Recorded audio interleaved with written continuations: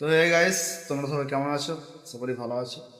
তো আজকে আমার দ্বিতীয় নম্বর ব্লগ, আশা করি তোমাদের ভালো লাগবে। এখন র্যাপিডের জন্য দাঁড়িয়ে আছি। আমরা তিনজন যাচ্ছি আজকে, আমি, অপু আর কালো। ভাই কি বলবো, এই র্যাপিডোর এত রেট। আমরা এখান থেকে আধা ঘন্টা রাস্তা দূরে যাই, 500 টাকা করে নেয় গাড়ি ভাড়া খালি। তাহলে বলো, প্রতিদিন 500 টাকা করে গাড়ি ভাড়া লাগে। আমরা সাইডে আসলাম, সেই ভিডিওটা করতে পারলাম না, কারণ হচ্ছে ইঞ্জিনিয়ার সাহেব এসেছিল, ওর জন্য সে ভিডিওটা করা হয়নি। তো দেখতে পাচ্ছি আমরা এসে কাজে লেগে গেছি। আর আমরা যেটা বানাচ্ছি সেটা আমি তোমাদেরকে দেখাচ্ছি।